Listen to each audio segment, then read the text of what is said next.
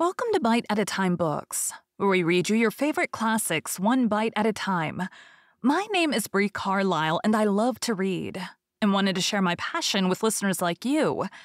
If you want to know what's coming next and vote on upcoming books, sign up for our newsletter at biteatatimebooks.com. You'll also find our new t-shirts in the shop, including podcast shirts and quote shirts from your favorite classic novels. Be sure to follow my show on your favorite podcast platform so you get all the new episodes. You can find most of our links in the show notes, but also our website, biteatatimebooks.com, includes all of the links for our show, including to our Patreon to support the show, and YouTube, where we have special behind the narration of the episodes. We're part of the Bite at a Time Books Productions Network. If you'd also like to hear what inspired your favorite classic authors to write their novels, and what was going on in the world at the time, check out the Bite at a Time Books Behind the Story podcast, wherever you listen to podcasts. Please note, while we try to keep the text as close to the original as possible, some words have been changed to honor the marginalized communities who've identified the words as harmful, and to stay in alignment with Bite at a Time Books' brand values. Today we'll be beginning The Adventures of Tom Sawyer by Mark Twain. Chapter 1. Tom? No answer. Tom? No answer. What's gone with that boy, I wonder? You, Tom? No answer. The old lady pulled her spectacles down and looked over them about the room. Then she put them up and looked out under them. She seldom or never looked through them for so small a thing as a boy. They were her state pair, the pride of her heart, and were built for style, not service. She could have seen through a pair of stove lids just as well.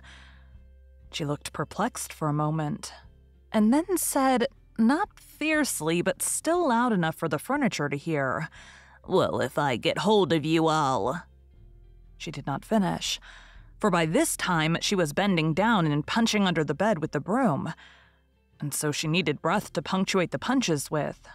She resurrected nothing but the cat. I never did see the beat of that boy.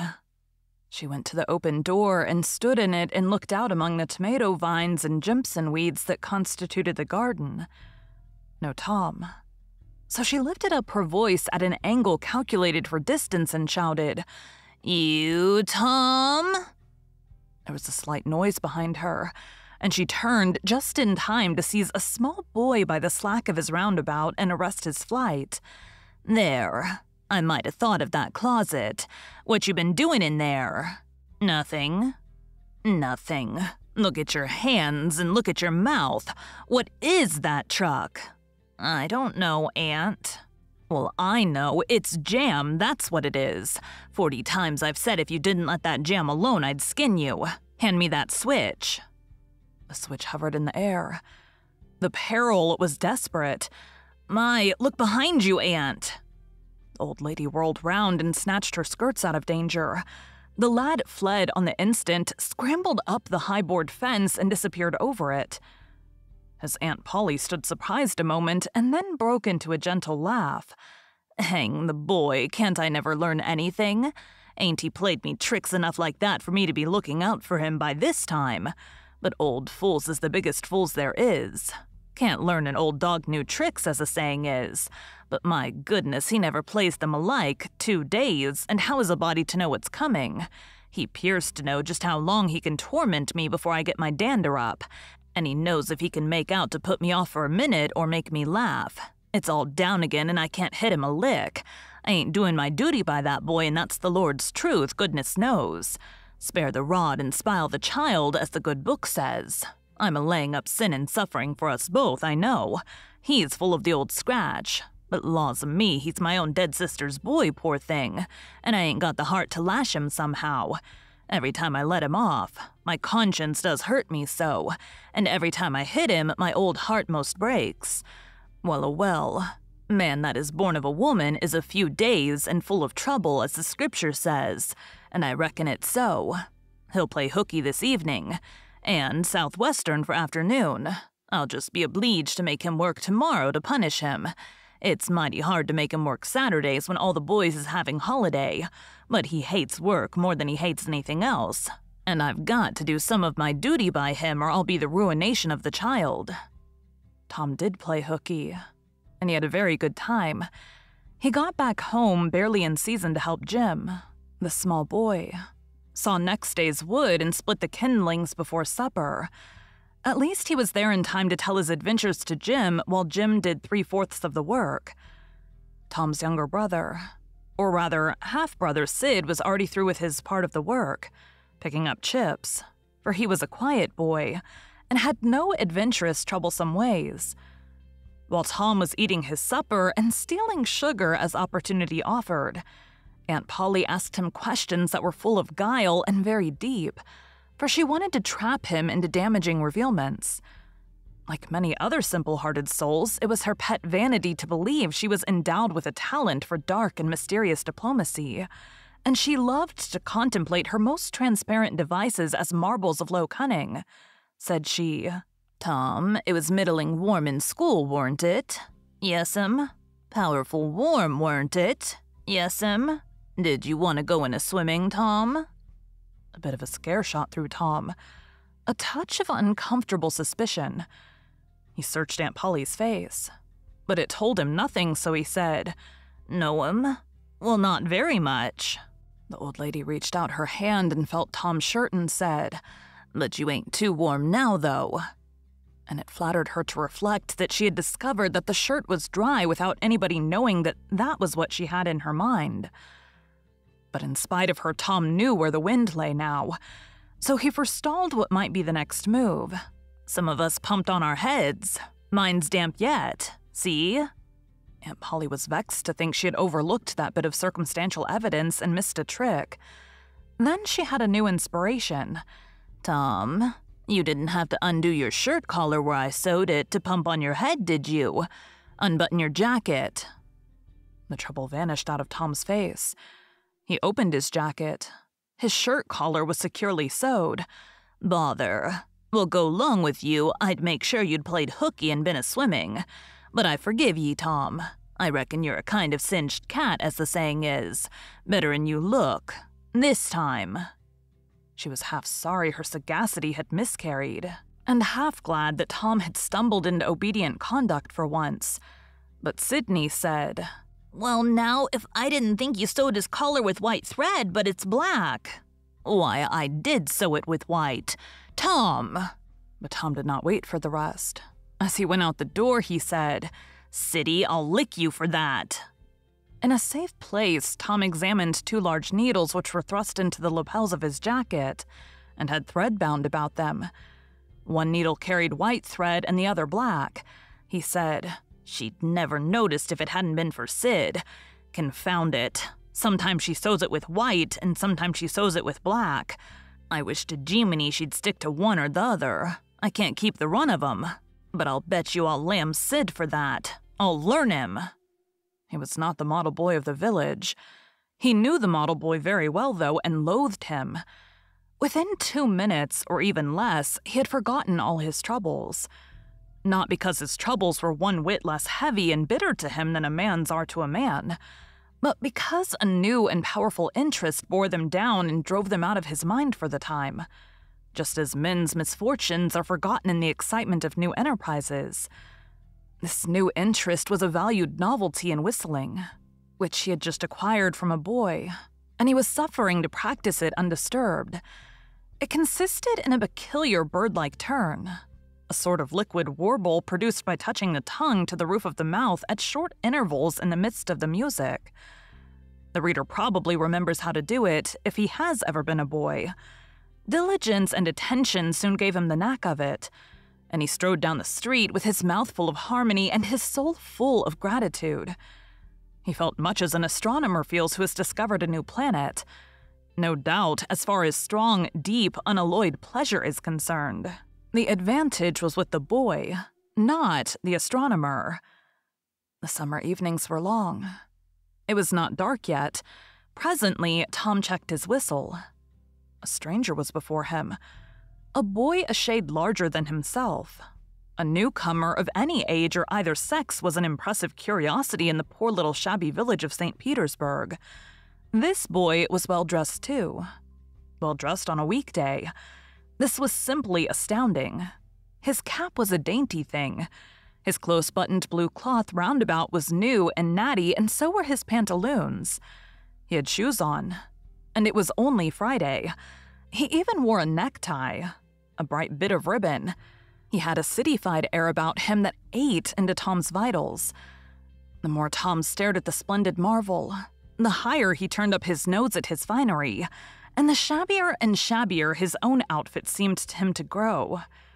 Neither boy spoke. If one moved, the other moved, but only sideways in a circle. They kept face to face and eye to eye all the time. Finally, Tom said, "I can lick you." "I'd like to see you try it." "Well, I can do it." "No, you can't either." "Yes, I can." "No, you can't." "I can." "You can't." Can't. An uncomfortable pause, then Tom said, "What's your name?" "'Tisn't any of your business, maybe." "Well, I'll make it my business." "Well, why don't you?" "If you say much, I will." Much. There now. "Oh, you think you're mighty smart, don't you? I could lick you with one hand tied behind me if I wanted to." "Well, why don't you do it?" "You say you can do it." "Well, I will if you fool with me." "Oh, yes, I've seen whole families in the same fix." "Smarty, you think you're some… Now, don't you? Oh, what a hat." "You can lump that hat if you don't like it. I dare you to knock it off, and anybody that'll take a dare will suck eggs." "You're a liar." "You're another." "You're a fighting liar and dassn't take it up." "Aw, take a walk." "Say, if you give me much more of your sass, I'll take and bounce a rock off in your head." "Oh, of course you will." "Well, I will." "Well, why don't you do it then?" "What do you keep saying you will for? Why don't you do it?" "It's because you're afraid." "I ain't afraid." "You are." "I ain't." "You are." Another pause, and more eyeing and sidling around each other. Presently, they were shoulder to shoulder. Tom said, "Get away from here." "Go away yourself." "I won't." "I won't either." So they stood, each with a foot placed at an angle as a brace, and both shoving with might and main and glowering at each other with hate. But neither could get an advantage. After struggling till both were hot and flushed, each relaxed his strain with watchful caution, and Tom said, "You're a coward and a pup. I'll tell my big brother on you, and he can thrash you with his little finger, and I'll make him do it too." "What do I care for your big brother? I've got a brother that's bigger than he is, and what's more, he can throw him over that fence too." Both brothers were imaginary. "That's a lie." "You're saying so, don't make it so." Tom drew a line in the dust with his big toe and said, "I dare you to step over that, and I'll lick you till you can't stand up. Anybody that'll take a dare will still sheep." The new boy stepped over promptly and said, "Now you said you'd do it. Now let's see you do it. Don't you crowd me now, you better look out." "Well, you said you'd do it. Why don't you do it?" "By jingo, for 2 cents I will do it."